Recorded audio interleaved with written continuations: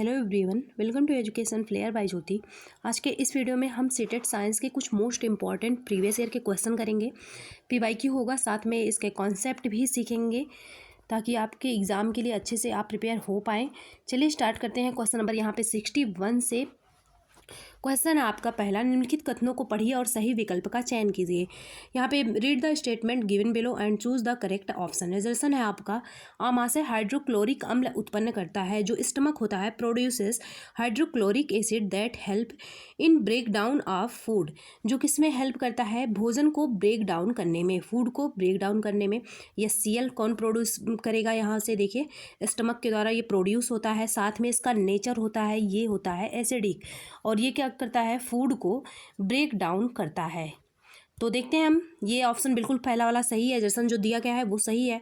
फिर है सेकंड दिया गया है कि जो डाइजेस्टिव जूस होता है need an acidic medium to act. मतलब कि वो क्रिया करने के लिए जो डाइजेस्टिव जूस होता है, कौन सा मीडियम चाहिए उसे? एसिडिक मीडियम चाहिए। तो ये इसको एक्सप्लेन कर रहा है, क्योंकि यह सीएल जो होता है वो एसिडिक ही होता है। तो यहाँ पे हो जाएगा, दोनों कथन सही हैं, साथ में एक्सप्लेनेशन भी कर रहा है। तो फोर्थ ऑप्शन के साथ हम जाएंगे। Both A and R true, R is the correct explanation of A. Next question है, क्वेश्चन नंबर 62 है। यहाँ पे नाइट्रोजन फिक्सेशन से क्वेश्चन पूछा गया है। इसका मतलब क्या होता है? What does the term nitrogen fixation mean? Nitrogen fixation में क्या होता है? पहली बात तो ये होता है कि जो प्लांट होते हैं वे क्या कर, वायुमंडल से जो नाइट्रोजन होता है उनको डायरेक्ट उसी फॉर्म में ऑब्जर्व नहीं कर पाते, जिसके कारण इसमें जो हमारे मतलब वातावरण में पाए जाते हैं डीकम्पोज़र, और डीकम्पोज़र के द्वारा क्या होता है? डीकम्पोज़र जो होते हैं वो जो वायुमंडल में नाइट्रोजन पाया जा रहा है इसको कन्वर्ट कर देते हैं किस फॉर्म में? नाइट्रेट के फॉर्म में। नाइट्रेट के फॉर्म में कन्वर्ट कर देते हैं, तब पेड़ पौधे जो होते हैं वो नाइट्रेट फॉर्म से नाइट्रोजन की जो उन्हें आवश्यकता होती है, नीड होती है, उसको फुलफिल कर लेते हैं। और ये होता क्या है? नाइट्रोजन का नाइट्रेट फॉर्म में कन्वर्जन है, और किया किसके द्वारा जाता है? डीकम्पोज़र के द्वारा। एक बहुत फेमस बैक्टीरिया है जिसे राइजोबियम बोला जाता है। ये इससे क्वेश्चन भी बनता है, ये नाइट्रोजन फिक्सेशन का काम करता है, नाइट्रोजन यौगिकीकरण का। देखते हैं अब ऑप्शंस को। नाइट्रोजन यौगिकों का गैसीय नाइट्रोजन में, गलत है ये। क्या ये गैसियस जो नाइट्रोजन होता है उसमें कन्वर्ट होता है? नहीं। Conversion of ammonia into nitrate, ammonia का कन्वर्जन नहीं होता, नाइट्रोजन जो एटमॉस्फेरिक नाइट्रोजन होता है उसका कन्वर्जन होता है। फिर है release of nitrogen present in dead organic, ये भी नहीं होगा, ये भी गलत है। कन्वर्जन ऑफ एटमॉस्फेरिक नाइट्रोजन, जैसे आपको दिखा कि यहाँ पे लिखा है कन्वर्जन ऑफ एटमॉस्फेरिक नाइट्रोजन, मतलब कि जो एटमॉस्फेयर में नाइट्रोजन पाया जा रहा है उसका कन्वर्जन है। तुरंत आप आंसर के साथ चले जाते। To a more usable form for living organism, जो जीवित प्राणी हैं उनके लिए यूजफुल, यूजेबल बनाना, उनके मतलब वो प्रयोग कर सकें इस फॉर्म में नाइट्रोजन को कन्वर्ट कर देना, वायुमंडल जो एटमॉस्फेरिक नाइट्रोजन है। फोर्थ ऑप्शन यहाँ पे सही हो जाएगा। नेक्स्ट क्वेश्चन है, क्वेश्चन नंबर 63 है। Eight which of the following position does a spring have the least potential energy? जब जो स्प्रिंग होता है उसमें लीस्ट पोटेंशियल एनर्जी मतलब कि न्यूनतम स्थितिज ऊर्जा कब होगी? जब वो ना ही कंप्रेस्ड हो, neither compressed nor pulled. Option number first वाला सही हो जाएगा। The spring is neither compressed nor pulled out, is lying on the ground, और वो क्या भूमि पर पड़ा हुआ हो। फर्स्ट ऑप्शन सही हो जाएगा, यहाँ पर लीस्ट पोटेंशियल एनर्जी होगी। नेक्स्ट क्वेश्चन है, क्वेश्चन नंबर 64 है। यहाँ पे उस सेट का हमें चुनाव करना है। Identify the set comprising cold blooded organism, जो क्या करता है? कोल्ड ब्लड को कंटेन करता है, जिसके अंदर ठंडा खून, अनियमित तापी जिसे बोला जाता है, ठंडे खून वाले जीवों का इसमें हमें चुनना है। तो हो जाएगा आपका snake, frog, cockroach. Option number third वाला सही हो जाएगा। स्नेक है और फ्रॉग है और कॉकरोच है। अगर ह्यूमन की बात की जाए तो वार्म ब्लड होता है, साथ में जो बर्ड होता है, पक्षी होते हैं, उनमें भी वार्म जो है ब्लड पाया जाता है, गर्म खून पाया जाता है। फिर निम्नलिखित में से कौन से मात्रकों के युग्म का समान भौतिक राशियों को मापने के लिए प्रयोग किया जाता है? यहाँ पे which of the following pairs of unit are used for measuring the same physical quantity? Same physical quantity हमें मतलब कि सब मिला के हमें ये बताना है कि इसमें से कौन सा ऐसा यूनिट है जो सेम है, कि कॉमन में दिया गया है। तो सबसे पहले आप जानिए, पहला ऑप्शन जो है किलोग्राम मीटर पर सेकेंड स्क्वायर, आपको दिख रहा होगा दो ही टर्म में, एक तो किलोग्राम मीटर पर सेकेंड स्क्वायर, एक टर्म ये दिया गया है, दूसरा टर्म आपका दिया गया है किलोग्राम मीटर स्क्वायर पर सेकेंड स्क्वायर। तो आपको पता होगा ये दोनों यूनिट किसका होता है, ये यूनिट होता है आपका फोर्स का और ये यूनिट होता है आपका एनर्जी का, वर्क का भी होता है। तो एनर्जी का हो गया, ये हो गया फोर्स। तो आपको पता है, अब हम देखते हैं दोनों में सेम किस में है। पहला ऑप्शन लेते हैं, पहला ऑप्शन दिया गया किलोग्राम मीटर पर सेकेंड स्क्वायर, ये किसका हो गया, ये फोर्स का हो गया। और यहाँ पे न्यूटन मीटर किसका मात्रक होता है, एनर्जी का। तो ये तो अलग अलग हो गया, एक फोर्स का है एक एनर्जी का है, ये ऑप्शन गलत। नेक्स्ट देखते हैं हम, थोड़ा सा ब्रश साइज पतला कर लेती हूँ। नेक्स्ट आपका सेकंड वाला है kilogram metre square second square और वाट सेकंड, जो वाट अब देखते हैं यहाँ पे सेकंड वाला, ये तो कट चुका है। सेकंड ऑप्शन आपका है, ये किसका हो जाएगा, एनर्जी का हो जाएगा। पहला वाला एनर्जी का है kilogram metre square second square, और जो वाट सेकंड होता है ये भी किसका मात्रक होता है, ये भी आपका एनर्जी का ही मात्रक होता है। तो सेकंड ऑप्शन यहाँ पे सही हो जाएगा, वाट सेकंड, ये सेकंड ऑप्शन सही है। यहाँ पे देखिए थर्ड ऑप्शन क्यों गलत हुआ, ये आपको दिख रहा होगा किलोग्राम मीटर पर सेकेंड स्क्वायर फोर्स का हुआ, जबकि जो वाट सेकंड है वो एनर्जी का होता है। ये यहाँ पे दिख रहा होगा आपको, ये एनर्जी का है, और जूल पर सेकंड जो होता है ये पावर का होता है, शक्ति का होता है। तो इसलिए ये सारे ऑप्शंस गलत हैं, ऑप्शन नंबर सेकंड वाला सही हो जाएगा, सेकंड ऑप्शन, दोनों एनर्जी का है।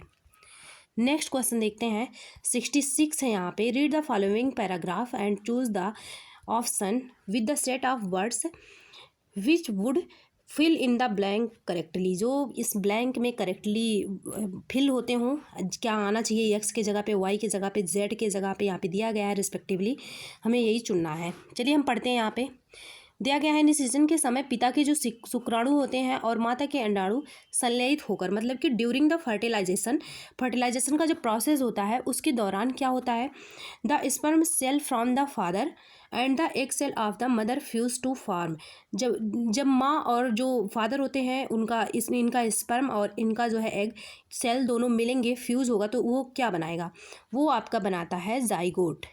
तो पहला क्या स्टेप हो जाएगा, जाइगोट हो जाएगा। तो हम पहला जेड लिख लेते हैं, शॉर्ट फॉर्म में लिखेंगे, पहला जेड जाइगोट भरा जाएगा। फिर है which divided repeatedly to give rise to a ball of cell, जो डिवाइड हो जाता है और फिर क्या करता है, विभाजित होकर कोशिकाओं के गोले में बदल जाता है, एक सेल बन जाता है। फिर ये क्या हो जाएगा, the cell begin to develop into different organs, वो जो सेल होता है वो डेवलप होना शुरू हो जाता है, विकसित होना शुरू हो जाता है, उसका विकास होना स्टार्ट हो जाता है। किसमें, डिफरेंट ऑर्गन में, अलग अलग ऑर्गन्स बनने लगते हैं एंड टिश्यूज बनने लगते हैं। दिस डेवलपिंग स्ट्रक्चर कॉल्ड, ये डेवलपिंग जो स्ट्रक्चर होता है वो क्या कहलाएगा, पहले जाइगोट बनेगा देन एम्ब्रॉय। तो ई हम लिख लेते हैं शॉर्ट फॉर्म में, यहाँ पे एम्ब्रॉय भरा जाएगा। गेट्स, फिर क्या होगा, embedded in the wall of, जो कि किससे चिपक जाता है जाके, वॉल ऑफ यूट्रस, यूट्रस से ही तो चिपकेगा, यूट्रस से चिपक जाएगा, तीसरे नंबर पर यूट्रस आ जाएगा। The stage of x, x मतलब फिर से मत ढूंढने लग जाइएगा, यक्स का मतलब जो हम सेकंड पे भरे हैं एम्ब्रॉय, वही यहाँ पे आएगा।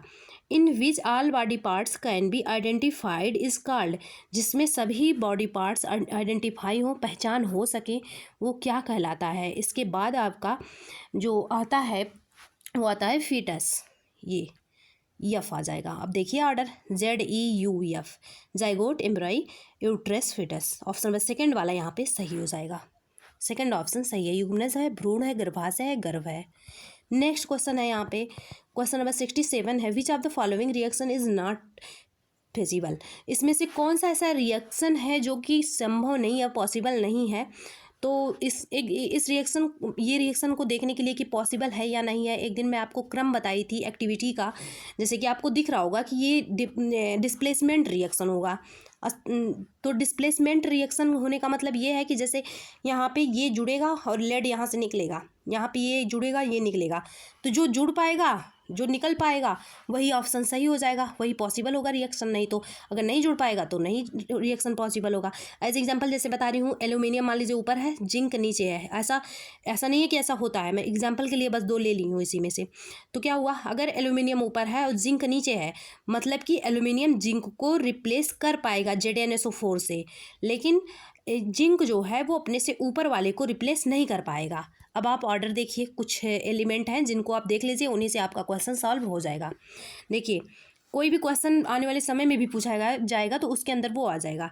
पहला होता है आपका पोटेशियम, फिर आपका आता है एक्टिविटी के क्रम में सबसे ज़्यादा एक्टिव पोटेशियम, फिर सोडियम, फिर कैल्शियम, फिर आपका आता है मैग्नीशियम, फिर आपका एल्यूमिनियम आता है, इसके बाद आपका आता है जिंक, इसके बाद आपका आता है फेरस, इसके बाद आपका लेड है, फिर हाइड्रोजन है, फिर कॉपर है, इसके बाद लिख लीजिएगा आप एजी है, फिर एयू है आरम, फिर आपका प्लेटिनम। इतने अगर आप याद कर लेते हैं तो आपको क्या करना पड़ेगा, अगर इतना आप याद कर लेते हैं तो, या फिर कोई ट्रिक से याद कर लीजिए, इतना याद कर लेते हैं तो इसी में आपका क्वेश्चन सॉल्व हो जाएगा अगर आने वाले समय में भी कोई क्वेश्चन पूछा जाता है तो। ये क्रम होता है। अब हम देखते हैं इस क्रम से इसमें क्या सही हो रहा है क्या नहीं, क्योंकि इसको मिटाऊंगी नहीं मैं अभी। पहला ऑप्शन को देखते हैं संभव होगा कि नहीं। PbSO4 है और फेरस है। फेरस को अब क्या करना है, फेरस आके यहाँ पे चिपकेगा और ये लेड जो है ये निकल के बाहर जाएगा, तो मतलब फेरस लेड को निकाल पाएगा कि नहीं। अब फेरस क्या है, फेरस ऊपर है और लेड क्या है, नीचे है, तो फेरस लेड को निकाल लेगा। तो ये रिएक्शन तो है पॉसिबल, अब नहीं है वाला हमें बताना है। फिर सेकंड वाला ऑप्शन देखते हैं अब हम, एल्यूमिनियम CuSO4, ये वाला देखते हैं।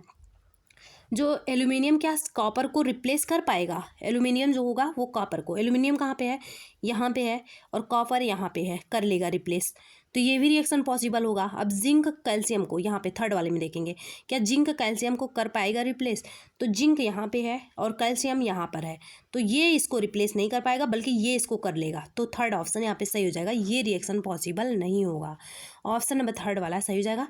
ये Zn ये वाला जो रिएक्शन है, जिंक यहाँ पे CSO4 से Ca को अलग नहीं कर पाएगा, सो यही ऑप्शन आपका सही हो जाएगा, ऑप्शन नंबर थर्ड वाला। नेक्स्ट क्वेश्चन देखते हैं, निम्नलिखित में से कौन से ग्राफ सीधी रेखाएं, मतलब कि which of the following graph are straight line. Straight line कौन सा ग्राफ होगा, किसका ग्राफ स्ट्रेट लाइन होगा। चलिए यहाँ पे देखते हैं हम किसका ग्राफ स्ट्रेट लाइन होने वाला है। पहला है विराम अवस्था में पिंड वस्तु का दूरी समय ग्राफ। जो विराम अवस्था बॉडी कहाँ कहाँ पर है, एट रेस्ट है, और कौन सा ग्राफ है, डिस्टेंस टाइम ग्राफ। जब भी ऐसे बोला जाए डिस्टेंस टाइम ग्राफ, तो जो भी बोला जाए पहले डिस्टेंस बोला गया, डिस्टेंस इस वाले ग्राफ पे जाएगा y एक्सिस पे, और x एक्सिस पे आपका टाइम चला जाएगा। साथ में क्या होगा, क्या बोला जा रहा है, विराम अवस्था पर, क्या बोला जा रहा है, विराम अवस्था पर। विराम अवस्था का क्या मतलब है कि टाइम तो बीतेगा, क्या टाइम रुक सकता है, नहीं, टाइम बीतेगा, लेकिन ये जो डिस्टेंस है ये कवर नहीं होगा, मतलब कि टाइम निकल रहा है, डिस्टेंस में कोई चेंजिंग, कोई वो नहीं है, कोई ग्रो नहीं है, तो ये हो जाएगा। स्ट्रेट लाइन है या नहीं है, ये स्ट्रेट लाइन ही तो है, तो पहला तो हो जाएगा, ए हो जाएगा, ए पर लगा देते हैं हम, ए हो जाएगा। फिर है एक समान त्वरण के साथ, एक समान त्वरण किसे कहा जाता है, एक समान त्वरण जो होता है ये मान लीजिए v त्वरण इज इक्वल टू एक्सीलरेशन जो होता है, इसके बराबर क्या होता है, change of v and time ये हो जाएगा, change of velocity and time is equal to acceleration होता है। अगर बोला जाए कि ये एक समान है, मतलब कि एक्सीलरेशन में चेंजिंग नहीं हो रहा है, इसका क्या मतलब है, इसका मतलब यही है कि जो v में चेंजिंग हो रहा है वही t में भी चेंजिंग हो रहा है, मतलब कि जितना टाइम निकल रहा आगे उतना ही v वाला जो पोर्शन है वो भी निकल रहा आगे, मतलब कि दोनों ऐसे चल रहे हैं, तो यही हो जाएगा। सेकंड ग्राफ हम बनाते हैं, ये तो है ही, एक समान त्वरण के साथ पिंड या वस्तु का वेग समय ग्राफ, वेग इस पे हो जाएगा, समय टाइम इस पे हो जाएगा। अब एक समान त्वरण बोला जा रहा है, v/t ही त्वरण होता है, तो एक समान त्वरण का मतलब ये है कि जैसे जैसे टाइम जितना बढ़ रहा है उतना ही वेग भी बढ़ रहा है, तो ये भी एक स्ट्रेट लाइन ही है, तो ये भी हो जाएगा। ये वाला देखते हैं, एक समान त्वरण के साथ गतिमान वस्तु का, एक समान त्वरण बोला गया, त्वरण इज इक्वल टू v/t होता है, ना कि d दूरी समय, तो ये वाला नहीं होगा। फिर ये वाला नहीं होगा, ये वाला होगा, ये वाला होगा। विराम अवस्था में, विराम अवस्था मतलब बॉडी एट रेस्ट है, फिर और कौन सा ग्राफ की बात हो रही है, वेलोसिटी और टाइम के ग्राफ की। तो विराम अवस्था का मतलब ये देखिए, v हो गया, ये टाइम हो गया, अब विराम बोला जा रहा है कि विराम अवस्था है। विराम अवस्था का मतलब ये है कि वेग जो है, वेग में कोई परिवर्तन नहीं हो रहा है लेकिन टाइम तो रुकेगा नहीं, तो वेग ऐसे कांस्टेंट है, टाइम बढ़ ही रहा है, तो ये भी स्ट्रेट लाइन हो जाएगा। A B and D, option number first वाला यहाँ पे सही हो जाएगा, ए बी एंड डी ये स्ट्रेट लाइन ग्राफ है, बाकी सारे ये सी वाला स्ट्रेट लाइन ग्राफ नहीं है। नेक्स्ट क्वेश्चन है, क्वेश्चन नंबर 69 है, यहाँ पे 4 द्रव दिए गए हैं, लिक्विड दिए गए हैं ABCD जिनके नाम है, और ये दिए गए हैं। साथ में इनका जो डेंसिटी है, डेंसिटी का यूनिट होता है ये किलोग्राम पर मीटर क्यूब, तो ये इनका जो डेंसिटी है वो दिया गया है ये। अब आपको पता है इसमें क्या पूछा जा रहा है, तैरता हुआ। आप देख रहे हैं तैरने की बात हो रही है, स्विमिंग की बात हो रही है, फ्लोट की। तो आपको कंडीशन भी पता होगा, पिछले वाले वीडियो में मैं बताई थी, जो जब मैं प्रीवियस ईयर के क्वेश्चन लगवा रही थी, कि कोई भी अगर वस्तु तैर रही है, मान लीजिए कोई वस्तु है, ये वस्तु है और ये क्या हो रही है, किसी पानी में, लिक्विड में तैर रही है, ये लिक्विड हो गया, इसमें तैर रही है। तो इसके लिए मैं कंडीशन बताई थी, कंडीशन क्या होना चाहिए। मान लीजिए इसकी डेंसिटी, जो वस्तु है इसकी डेंसिटी क्या है, इसकी डेंसिटी D1 है, और जो यहाँ पे लिक्विड है जिसमें ये तैर रही है इसकी डेंसिटी D है। तो यहाँ पे कंडीशन क्या होना चाहिए तैरने के लिए, कि जो D1 है, जो वस्तु की डेंसिटी है, ये क्या होना चाहिए, D1 is less than D होना चाहिए। जैसे ही ये इससे ज़्यादा होने लगे, अगर इसकी डेंसिटी ज़्यादा होने लगेगी तो ये क्या हो जाएगी, ये डूब जाएगी, ये तैरेगी नहीं। फिर इसकी डेंसिटी हमेशा जिसमें ये तैर रही है, जिस लिक्विड में, वो उससे कम होना चाहिए। यहाँ पे कंडीशन देखिए, D1 is less than D, इसकी डेंसिटी ज़्यादा होनी चाहिए, इसकी कम होनी चाहिए। अब आपको कॉन्सेप्ट पता चल गया। अब हम देखते हैं यहाँ पे ऑप्शंस को पढ़ते हैं, एलिमिनेट करते हैं कौन सा कथन यहाँ पे सही होगा। पहला क्या दिया गया है, an object that floats in liquid C, कोई ऑब्जेक्ट है जो सी में तैरता है, सी में तैरता है, सी का डेंसिटी कितना दिया गया है, 924। वह द्रव ए में तैर भी सकता है और नहीं भी तैर सकता है। अब हम सी का लेंगे, सी का 924 है और ए का कितना है, ए का आपका है 785। अब ये बताइए, कोई द्रव है जो कि इस ए में क्या कर रहा है, सी में तैरता है, सी में तैरता है, मतलब कि जो लिक्विड है, लिक्विड को मान लीजिए यल लिख लेते हैं, इसकी जो डेंसिटी, अगर ये इसमें तैर रहा है, मतलब कि इसकी जो डेंसिटी हो 924 से कम ही होगी, 924 से क्या होगी, कम होगी। ये 924 से कम होगी, चाहे वो 1 भी हो सकता है, वो 2 भी हो सकता है, वो 800 भी हो सकता है, तो ये तो सही है। फिर क्या है, वो द्रव ए में तैर भी सकता है और नहीं भी, बिल्कुल सही है। अगर मान लीजिए यल की वैल्यू 785 से कम होती है, क्योंकि 924 से 785 भी तो कम है, तो क्या होगी, तब तो ये तैरेगी। लेकिन हो सकता है कि 785 से ऊपर हो, 800 हो, तब भी तो ये 924 से कम है, सी में तैर सकती है ना, तो इसमें तब तो नहीं तैरेगी। तो यही है, इसमें तैर भी सकती है, नहीं भी तैर सकती है, तो ये ऑप्शन सही है। ऑप्शन नंबर फर्स्ट वाला ही यहाँ पे सही हो जाएगा, कि इसमें तैर भी सकती है और नहीं भी तैर सकती है। और ऑप्शंस को देख लेते हैं समझने के लिए। एक बिंब जो द्रव में ए में तैरता है, ए में तैरता है, मतलब कि 785 है, इससे कम ही होगा उसका। वह द्रव बी में तैर भी सकता है और नहीं भी तैर सकता है। द्रव बी में, जब इससे आपको पता है कि कम ही होगा, जब 785 से कोई चीज़ कम है, तो क्या 820 से वो किसी भी कंडीशन में ज़्यादा हो सकता है, नहीं हो सकता। जब ज़्यादा नहीं हो सकता, मतलब कि 100% वो तैरेगा। तो यहाँ पे सकने की बात है ही नहीं, सकता, यहाँ पे जो सकता वर्ड लगा है, में लगा है, ये नहीं, ये 100% बोलना चाहिए, हाँ तैर सकता है, तो ये गलत है, तैरेगा मतलब। नेक्स्ट है, एक बिंब जो द्रव बी में तैरता है। अब बी वाला देखते हैं, यहाँ पे बी में तैर रहा है, मतलब 820 से कम ही होगा। वह निश्चित रूप से द्रव ए में भी तैर सकता है।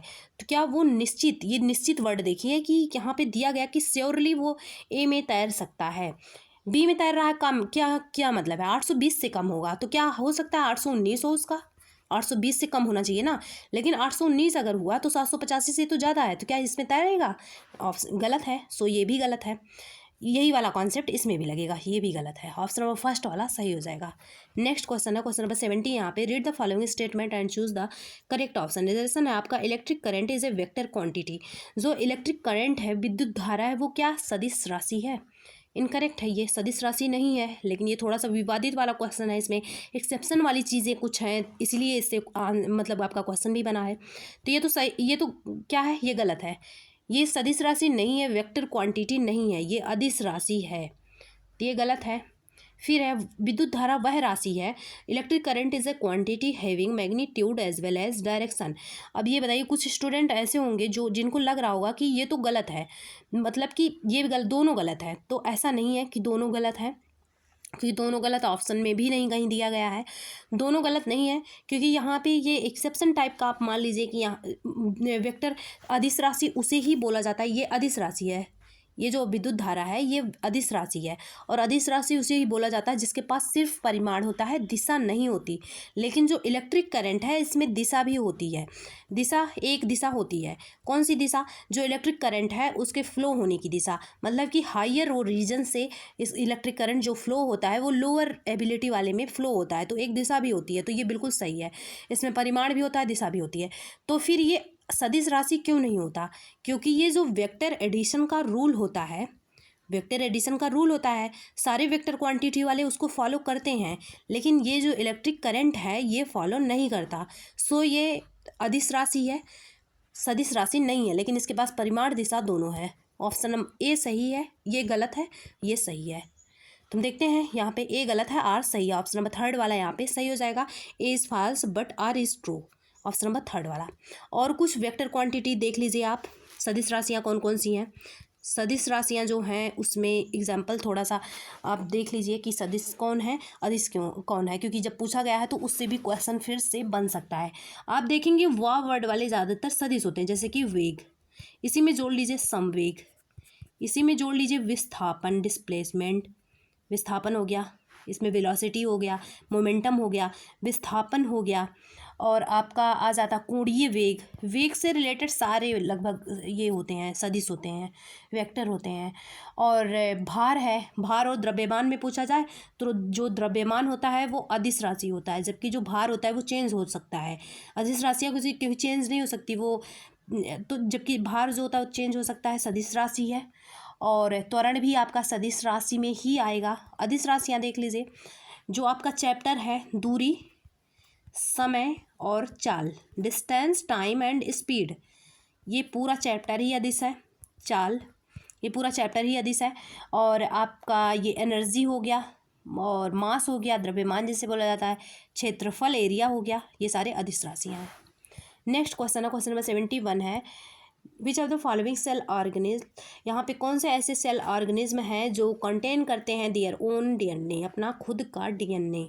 तो इसमें प्लास्टिड जो है ये करता है, लवक करता है, माइटोकॉन्ड्रिया भी करता है, और जो नाभिक होता है ये भी करता है, सी न्यूक्लियस। लेकिन जो रिक्तिका है वो नहीं करती। तो A B C, option number third वाला सही हो जाएगा।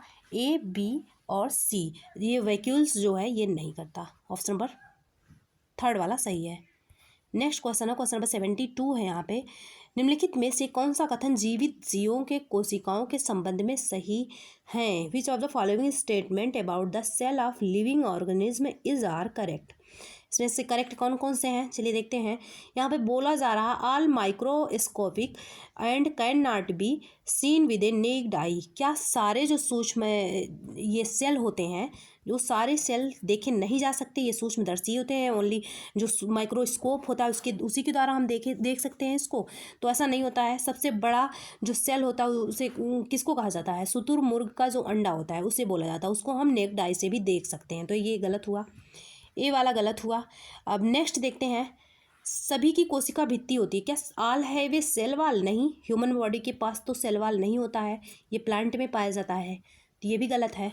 नेक्स्ट है सभी की, ये भी गलत, ये भी गलत। सभी की केंद्रकीय झिल्ली होती है, सबके पास क्या न्यूक्लियर मेम्ब्रेन होता है? तो जो प्रोकैरियोटिक होता है,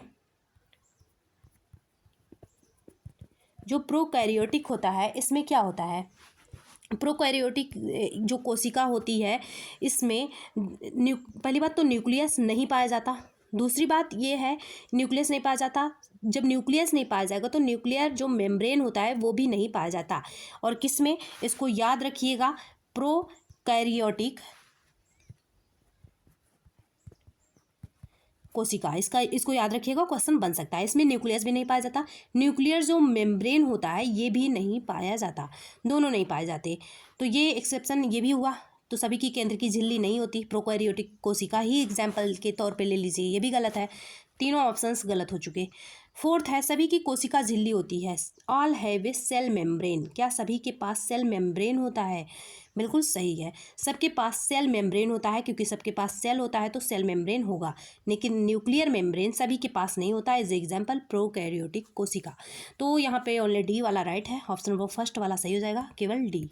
नेक्स्ट क्वेश्चन है, क्वेश्चन नंबर 73 यहाँ पे, उस समुच्चय का चयन कीजिए। यहाँ पे चयन करना है उस सेट्स का जो क्या होता है अपशिष्ट कचरे के प्रकार का कॉलम बी में दिया गया है। यहाँ पे दिया गया है किस प्रकार के यहाँ पे वेस्टेज हैं, इनको दिया गया है। फिर उनके डीकम्पोज में लगने वाले समय के साथ सुमेलित करना है। जैसे कि यहाँ पे ये दिया गया है प्लास्टिक की बोतल है वो कितने दिन में डीकम्पोज हो जाएगी, रेशमी रुमाल है वो कितने दिन में, सूती कमीज है वो कितने दिन में, केले का छिलका कितने दिन में और कागज़ कितने दिन में। तो हम देखते हैं यहाँ पे, तो जो प्लास्टिक की बोतल है आपको पता होगा कि प्लास्टिक वैन बार बार क्यों किया जाता है, क्योंकि ये जल्दी डिकम्पोज ही नहीं होता, तो ये सेवरल ईयर्स लग जाते हैं, अनेक वर्ष लग जाएंगे। ए का 5वां होगा। अब ए का 5वां 2 ऑप्शन में है, चौथे में भी है, दूसरे में भी है। अब देखते कौन सा सही होता है। फिर है रेशमी रुमाल, जो स्कार्फ होता है, रेशमी रुमाल होता है, सिल्क स्कार्फ होता है, इसके डिकम्पोज होने में भी ज़्यादा टाइम लगता है। कितना टाइम लगेगा, 4 साल का लग जाएगा। तो ए का 5वां बी का चौथा, ऑप्शन नंबर सेकेंड वाला सही हो जाएगा। ए का चौथा बी का, ए का 5वां बी का चौथा। सूती जो कमीज़ होता है, कॉटन शर्ट, ये कितना टाइम लगता है। जो कॉटन शर्ट होता है वो उसको लगता है 2 to 5 मंथ, और डी वाले का सेकंड में जाएगा। केले का जो छिलका है वो 1 से 2 सप्ताह लग जाता है, साथ में कागज़ को 10 से 30 दिन लग जाता है डिकम्पोज होने में। स्क्रीनशॉट ले लीजिएगा ताकि दोबारा आप देख के समझ पाएँ। नेक्स्ट क्वेश्चन देखते हैं। एक ऊंचाई से 15 ग्राम द्रव्यमान का पंखा छोड़ा जाता है, कोई पंख छोड़ा जाता है। यह पाया जाता है कि वह एक समान वेग से, आपके आंसर यहीं पे छिपा है, एक समान वेग से गिर रहा है। उस पर काम करने वाला नेट फोर्स क्या होगा। जब कोई वस्तु है, मान लीजिए वो नीचे की साइड गिर रही है, तो उस पर कौन सा फोर्स वर्क करेगा, तो उस पर वर्क करेगा ग्रेविटेशनल फोर्स। ग्रेविटेशनल फोर्स का क्या मतलब है, ग्रेविटेशनल फोर्स का मतलब है गुरुत्वाकर्षण बल। ठीक है, ग्रेविटेशनल फोर्स उस पर वर्क करेगा कोई वस्तु जब गिर रही होगी, तो वही पूछा जा रहा है। अब आप ये बताइए, कोई गिरती हुई वस्तु में जो ग्रेविटेशनल फोर्स होता है वो उसके भार के बराबर होता है, तो भार का क्या फार्मूला होता है, mg होता है। तो यही इसका फोर्स हो गया। अब यहाँ पे बोला, और वेग उस टाइम पे क्या हो जाता है, जो वेग हो जाता है v हो जाता है, वही हो जाता है गुरुत्वीय त्वरण g हो जाता है। v किस में चला जाता है, g में। तो जो एक समान वेग से, मतलब v कांस्टेंट है, v में कोई चेंजिंग नहीं है, v नहीं g में जाएगा, त्वरण जाएगा। गुरुत्वीय त्वरण जो होगा, यहाँ पे देखिएगा फिर से 1 मिनट, v नहीं g में जाएगा। v क्या है यहाँ पे, v कांस्टेंट दिया गया है। जब v कांस्टेंट है और F इजिक्वल टू, इस पर फोर्स कौन सा लगेगा, F इजिक्वल टू mg, क्योंकि जो गुरुत्वाकर्षण बल है वो फोर्स वो भार के रूप में काम करने लगेगा, जो वस्तु का भार है उसके रूप में काम करने लगेगा। और भार के लिए, फोर्स के लिए बल, क्योंकि जो भार होता है इसका भी मात्रक क्या होता है, इसका भी मात्रक न्यूटन होता है। तो इस पर जो वर्क करेगा वो भार के रूप में गुरुत्वाकर्षण फोर्स, मतलब गुरुत्वाकर्षण ग्रेविटेशनल फोर्स वर्क करेगा, और इसका फार्मूला हो जाएगा F इजिक्वल टू mg, इसी से हम लगाएंगे। और यहाँ पे आपको दिख रहा होगा v क्या है, v is equal to constant है। जब v कॉन्स्टेंट है तो वेग परिवर्तन की ही दर को क्या बोला जाता है, एक्सेलरेशन, त्वरण बोला जाता है। तो a क्या हो जाएगा, जब v कांस्टेंट है तो a 0 हो जाएगा। आपको पता होगा कि जब वो कोई वस्तु स्थिर हो या फिर वो एक समान वेग से गति कर रही हो, उसकी यूनिफॉर्म वेलोसिटी हो, तो a 0 हो सकता है उस टाइम पे, तो a 0 हो जाएगा। और कोई गिरती हुई वस्तु जो होती है उसका जो a होता है, एक्सेलरेशन होता है, वो क्या होता है, वो ग्रेविटेशनल हो जाता है। तो a किस में कन्वर्ट हो जाता है, g में। तो a 0 g 0 हो जाएगा। तो यहाँ पे क्या हो जाएगा, F is equal to m a जो होता है तो 0 हो जाएगा। इस पर वर्क जो करेगा फोर्स वो 0 हो जाएगा, क्योंकि यहाँ पे यूनिफॉर्म वेलोसिटी है। ऑप्शन नंबर फर्स्ट वाला सही हो जाएगा, 0 हो जाएगा। नेक्स्ट है क्वेश्चन नंबर 75 है। यहाँ पे कोई X3 positive obtained from an element, कौन सा एलिमेंट है, X से ये मिलता है आयन X3 पॉजिटिव। और किसी पर अगर मान लीजिए कोई आयन है, X ही मान लीजिए 3 पॉजिटिव लिखा है, मतलब कि क्या किया इसने 3 इलेक्ट्रॉन को रिलीज़ कर दिया है। रिलीज़ करने का क्या मतलब, किसी को दे दिया है, रिलीज़ कर दिया गया है 3 इलेक्ट्रॉन। अब हम देखते हैं यहाँ पे, जो कि किससे प्राप्त होता है, X जो है इसमें X3 पॉजिटिव में X जो ये प्राप्त होता है किससे, जिसका परमाणु द्रव्यमान जो होता है, एटॉमिक मास होता है, वो क्या होता है, किसी भी अंक को ऐसे ही तो लिखा जाता है। एटॉमिक जो मास होता है वो ऊपर लिखा जाता है, 27 है, और एटॉमिक नंबर जो है मान लीजिए ये X है, और एटॉमिक नंबर कितना है, 13 है, इसी से ये मिलता है। फिर है the number of proton, electron and neutron in X3 positive is respectively. हमें बताना है प्रोटॉन की संख्या कितनी है, न्यूट्रॉन की संख्या कितनी है, और इलेक्ट्रॉन की संख्या कितनी है। अब आप ये देखिए, मान लीजिए कोई X ये है आयन, अगर इसके पास अब अभी प्रेजेंट टाइम में मान लीजिए इसने 3 इलेक्ट्रॉन को रिलीज नहीं किया, तब इसके पास कितने इलेक्ट्रॉन, प्रोटॉन, न्यूट्रॉन थे?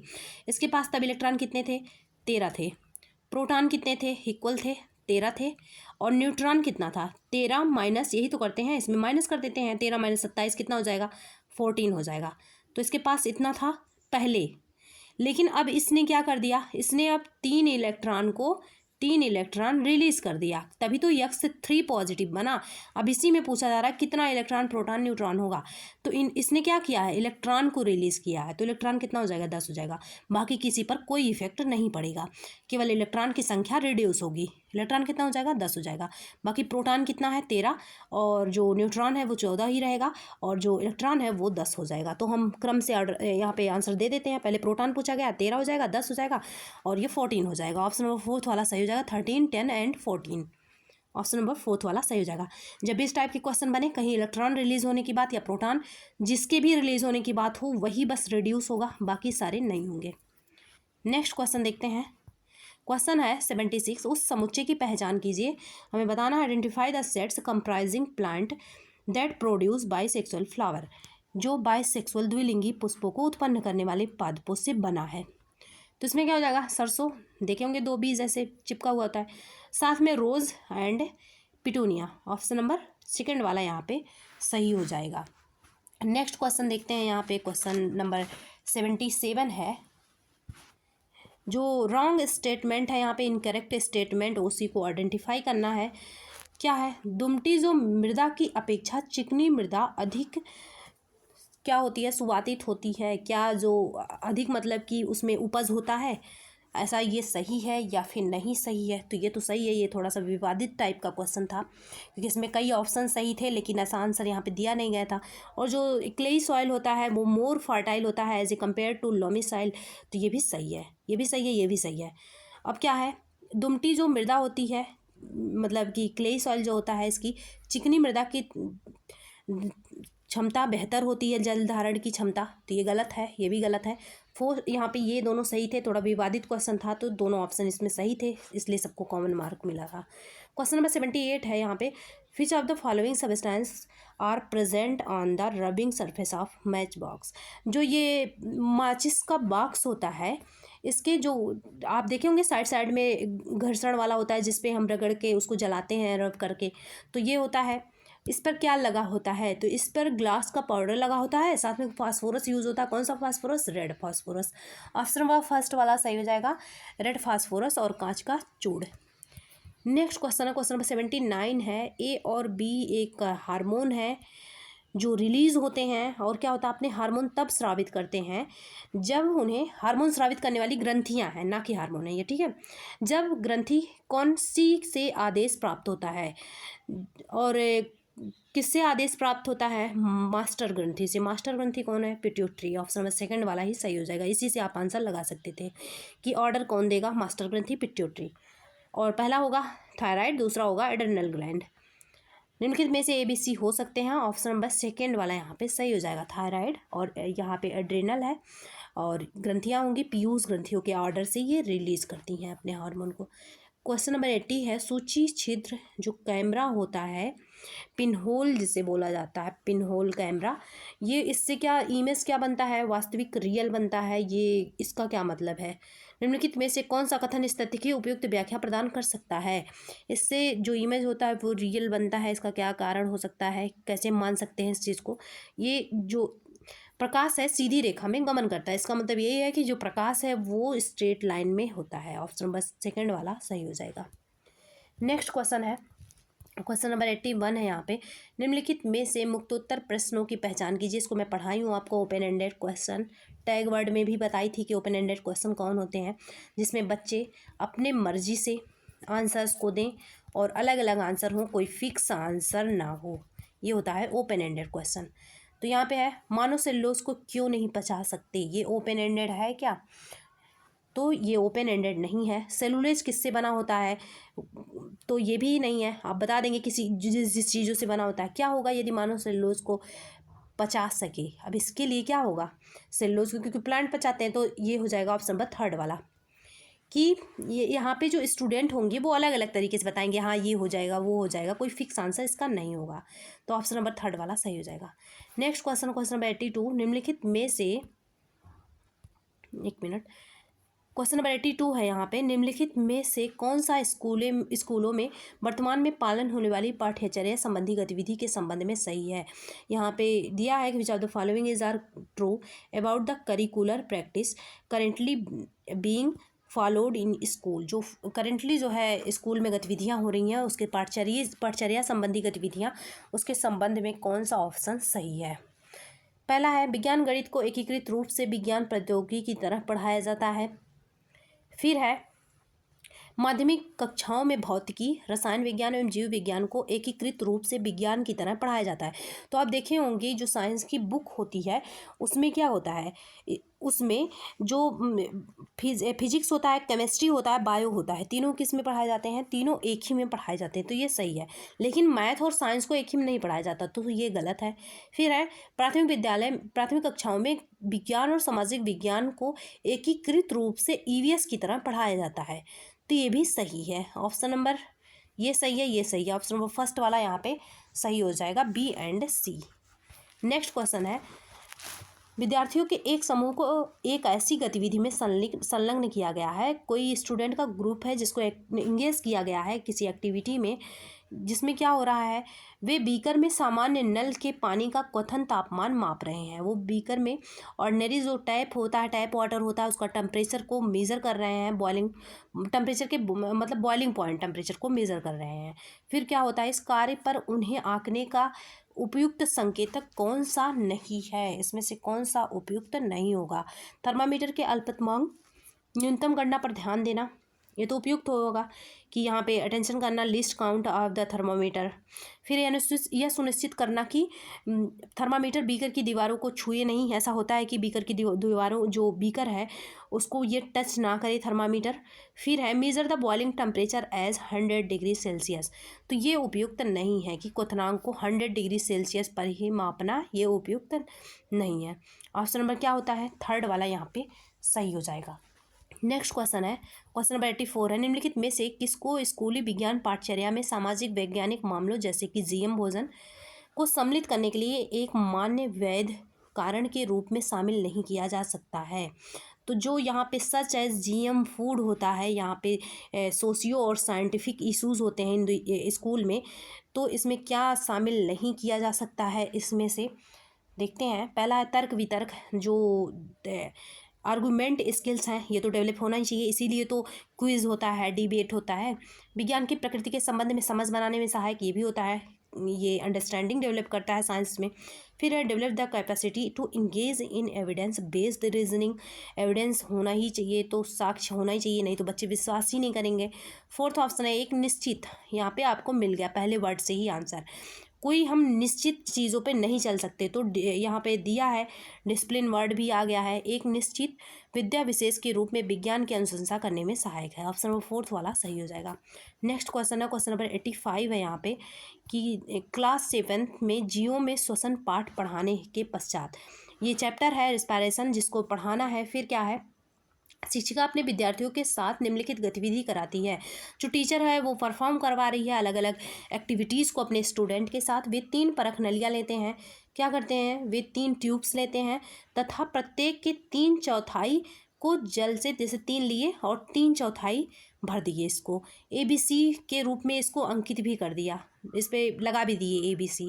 फिर है वे परख नली A में घोंघा डाल देते हैं, जो A परख नली है उसमें स्नेल डाल देते हैं, और परख नली जो B है उसमें कोई वाटर प्लांट डाल देते हैं, और C में वे घोंघा और प्लांट मतलब स्नेल और प्लांट दोनों रख देते हैं। शिक्षिका तब विद्यार्थियों से पूछती है, इतना वो कर लेते हैं, इसमें रख देते हैं, एक में प्लांट, एक में जो स्नेल और प्लांट है, एक में केवल स्नेल। फिर शिक्षिका क्या करती है, पूछती है कि किस परख नली में CO2 का उच्चतम सांद्रण होगा। इस मामले में शिक्षिका किस प्रक्रिया कौशल पर बल दे रही है। तो अभी CO2 का ज़्यादा सांद्रण हुआ नहीं है, बस स्टार्ट ही हो रहा है। तो प्रेडिक्ट करना, किसी चीज़ के होने से पहले ही अनुमान लगाना, क्योंकि यहाँ पे बोला जा रहा है कि होगा, उच्चतम सांद्रण होगा, हाईएस्ट कंसेंट्रेशन होगा, ऐसा नहीं है कि हो गया।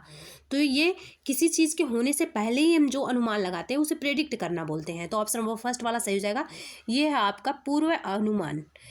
ऑप्शन नंबर फर्स्ट सही हो जाएगा। नेक्स्ट क्वेश्चन है, क्वेश्चन नंबर 86 है, पाठ्य पुस्तकों में विस्तारित अधिगम, जो विस्तारित अधिगम होता है एक्सटेंडेड लर्निंग के भाग के रूप में प्रस्तावित गतिविधियों के संबंध में निम्नलिखित में से कौन सा सही नहीं। जो एक्सटेंडेड ये लर्निंग होता है इसके संबंध में कौन सा सही नहीं है। तो देखते हैं हम यहाँ पे ऑप्शन।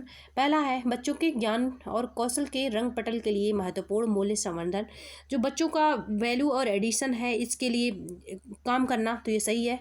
फिर ये विद्यार्थियों के मूल्यांकन का महत्वपूर्ण आधार है, जो बच्चों का असेसमेंट होता है, एवेलुएशन होता है, इसका क्या ये महत्वपूर्ण आधार होता है। तो कोई भी टारगेट लेके हम नहीं चलते असेसमेंट या फिर इवेलुएशन के लिए। ऑप्शन नंबर सेकंड वाला सही हो जाएगा, खास करके इवेलुएशन के लिए, आकलन नहीं मूल्यांकन के लिए। ये इवेलुएशन के लिए हम कोई पर्पज़ लेके नहीं चलते। ऑप्शन नंबर सेकंड वाला सही हो जाएगा। और यहाँ पे देखते हैं ये सारे ऑप्शंस, विभिन्न प्रकार की सूचना एकत्रित करने और स्वयं निष्कर्ष निकलवाने की आवश्यकता होती है, ये तो सही है। और शिक्षकों और विशेषज्ञों के समाज के साथ अंतःक्रिया, बच्चे जब इंटरेक्शन करते हैं तो वो तो पॉजिटिव ही होता है, तो इसलिए ये सही है। और यहाँ पे बच्चे निष्कर्ष निकाल रहे हैं, इन्वॉल्व एंगेज हैं हर चीज़ में, तो ये भी सही है। नेक्स्ट क्वेश्चन है, क्वेश्चन नंबर 87 है यहाँ पे कि विज्ञान पाठचर्या की विषय वस्तु वैधता, जो वैधता होती है, कई प्रकार की वैलिडिटी है, कंटेंट वैलिडिटी हमें बताना है। यहाँ पे कौन सा सामान्यतः परिलक्षित नहीं होता है, इसमें से कौन सा ऐसा है जो कंटेंट वैलिडिटी नहीं है, जिसके इम्प्लाई नहीं करता। तो विकल्प को देखते हैं हम। पहला है यहाँ पे सामग्री अद्यतन, मतलब कि जो कंटेंट अपडेटेड कंटेंट है वो कंटेंट वैलिडिटी, क्या ऐसा बोला गया है। तो इंटरेस्ट, सबसे पहली बात तो जो कंटेंट है वो एज अप्रोप्रिएट होना चाहिए, ये बोला गया है। दूसरी बात ये है कि इसमें इंटरेस्टेड वाली चीज़ें होनी चाहिए, एक्टिविटी होनी चाहिए। तो ऐसे ऑप्शन हमें जहाँ दिखेंगे वो हम करेंगे। दूसरा, अवधारणाएं, कॉन्सेप्ट पर फोकस किया जाना, तो ये तो गलत है। कंटेंट इज़ अपडेटेड, ऐसा नहीं बोला गया है। फिर the concept are trivialized for some learners, जो कंटेंट होता है वो क्या होता है, अवधारणाओं को तुच्छ बनाया गया है, ऐसा भी नहीं है। तो सारे नहीं होते इसमें से, तो ये विवादित ही क्वेश्चन था, सारे नहीं होते। नेक्स्ट क्वेश्चन देखते हैं।